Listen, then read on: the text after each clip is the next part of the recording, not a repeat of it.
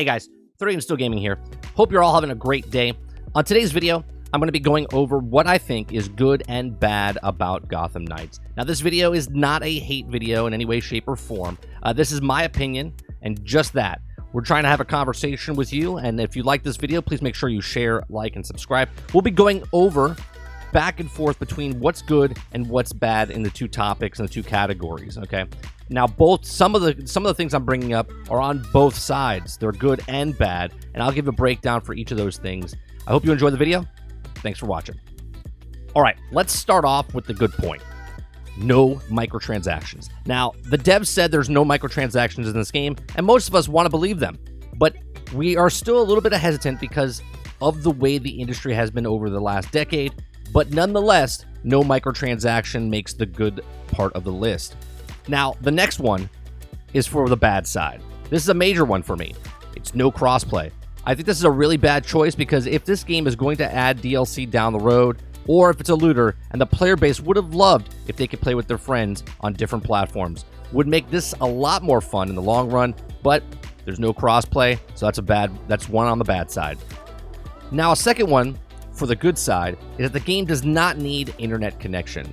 Now, you most likely have to hook it up to update and do the fixes and whatnot for patches, and also if you want to play with your friends, but you could just buy this game, buy the physical disc of the copy. If you have a disc drive, you can just put it in and play, and it's 100% offline, and that is a big selling point for me. Now, the second bad point for me is the UI. Now, I know this is not a big deal for many of you out there, but for me, this looks like a mobile game, and we all have our software that we use, or the streaming platform, or the website, or the game, that the UI and the menus are so bad looking, we don't want to go on that site or play that game. So I'm hoping they fix this along the way, and it looks like in the final product, but it doesn't seem to be happening. So I'm gonna have to put a bad checkpoint on for that one on that side. Now we have another one for the good side. Now, a good point is that we get to play 4 heroes. Now, as a gamer, I always look at the money value in time, and if this main story is, let's say, on the smaller side, if you just do the main quests with one hero, could be about 8 hours or so. So, more, of course, with the side quests, but with 4 heroes, you'll need around, let's say, 25 to 32 hours of playing with all the heroes once you're done. Now, the devs did say that each hero has their own cutscenes, and they're a little different from each other, so you can learn the stories and the backgrounds for each of the heroes. Another one for a good point for Gotham Knights is the map. I love large maps that have things to do, and Gotham seems like there's going to be a lot of things to do to find in the city of Gotham. Now, I'm hoping that the map is not big for big's sake, and it actually has to find and do things, but I really do like the size of the city, and I see myself getting lost in the city, and that's a good thing. Now, this next topic is good and bad. So you can put a point on good, and you can put a point on bad. Now, this one is the first good and bad, all depending on what type of player you are. This one links up with the good point I made just a few minutes ago with the playing 4 heroes. But this is playing multiple times. Now, if you're a DC fan, and I think you're going to love playing this 4 times, once with each hero, but if you're not a fan and gameplay and story are not good, then it might be hard to get through the game at once, let alone 4 times. But we shall see what happens. I'm hoping that the story and the dialogue are good and different enough with each hero that it makes it feel different each time. So that's one for good and bad. Now, the next one's also a big concern for me as well, and does also go on both lists, and this is the combat. Now, looking at the footage from IGN and other videos from the devs, the combat looks okay, but doesn't look great. Now, I know some of you don't like to compare one game to another, but I can't help myself to compare this to the other Batman series or the Spider-Man games, right? The fighting in Batman series was so good, and Spider-Man followed suit with that. So, it is reasonable to compare this to those games, even though it's a completely different game. It looks like them, but it looks more floaty than the other games. It almost feels like the Assassin's Creed type of stuff.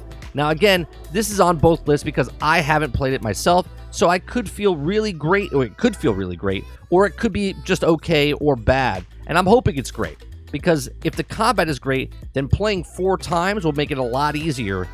So another good point is the builds. all different builds that you can do with each hero is really nice, and alone could make you play through it a few times to try different builds each time. So I think this is a good decision on their part. Now this next one's on both lists, and that is the skill tree. Now I just put builds as a good point, but the skill tree could be a good thing or a bad one. Now the skill tree doesn't look that big, and that could feel a bit weak. Now there is 3 skill trees and an extra 4th section for more power and abilities. Now if the skills in the trees are good, then it could make you feel more powerful, but if they're not so good, it could make you feel weak. When you could make you feel bored and also not want to play the game after the first time. Now, also, will the heroes be balanced, or one hero feel more powerful and be like the meta? I hope they all feel powerful, and I hope they all feel balanced. Crafting is the next one, and while I'm excited to have the crafting in the game, I'm putting this on both lists because if done right, crafting will be really good, and if done wrong, it'll feel really like a chore. I don't want to kill 1,000 red bars just to get the resources I can make one level up on a piece of gear or a blueprint. The next one is on both lists again, but I'm leaning more towards the good than the bad, and that is villains in the game. Just like all other superhero games, the fans want to be super powerful and they want to fight against as many villains as possible. So, if they have like 10 or 15 villains in the game at launch, cool. But if they only have like 5 or 8, that'll be really disappointing from a fan and a gamer point of view. Now, maybe at the end game, maybe we'll get more bad guys to fight, or maybe that we'll have a DLC down the road that they can bring in more, but only time will tell, and I don't want to get my hopes up. So hopefully they have a lot of villains in the game. Now, speaking of endgame, I'm worried that the devs said that term, because with that comes an idea of gear and raids and harder missions and higher tier loot. Now, if there is a real endgame, like let's say in Destiny 4 years in, or Division a couple years in, great. But if there's an endgame like Marvel's Avengers or Anthem, this could be really bad. So the good is that if there really is an endgame, awesome. But if there's little or none, then it's going to be a really disappointment and be on the bad list. The next one is if you're a comic book fan or a DC fan or a Batman fan, this is nothing but good. To be heroes in a world and then build them the way you want is amazing. And to explore Gotham is a fantasy come to life.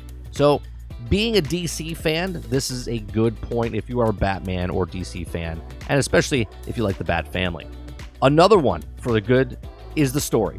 If the game is okay, and the combat is okay, and the crafting is just okay, and the overall game is just okay, I believe the story is going to be great. I'm hopefully, if it's anything like the comic run of the Court of Owls storyline, then it's going to be a blast being a part of that story or playing as Batfam and finding out that the Batman or Bruce Wayne is really dead, but we'll see what happens there. And the last thing that I put on this is on the good list, is the amount of skins in the game. If you watch any of my live streams or shows, I do always talk about how games in the past had all the things in the game on day one, for you to find and earn. This feels like a Spider-Man game when you look to unlock the suits that had different stats and powers, and I'm always a fan when the devs make a game and sell a game. And from the info that they have stated that no microtransactions and 11 suits for each heroes makes me a happy gamer. Okay, this is my list of good and bad. Did I miss something that maybe is not on this list and maybe it's on yours? Leave it in the comment section down below. We're just a few weeks away from this coming out, and I'll be playing it live on 30 Plays a few nights a week. Make sure you stop in, watch, ask questions about the game. I'm really excited to play through the story, but I'm also a little nervous about the core gameplay. Now, this game does feel like it was something else before they change it to what we are seeing now, and I hope it doesn't affect the gameplay or the core gameplay-wise, but we shall see. So, are you excited? Are you going to be picking it up? Let me know below in the comment section down below. And if you watch this whole video up to this point, put 100 in the comment section down below and make sure you share, like, and subscribe. And we'll see you guys on the next one. Thanks for watching.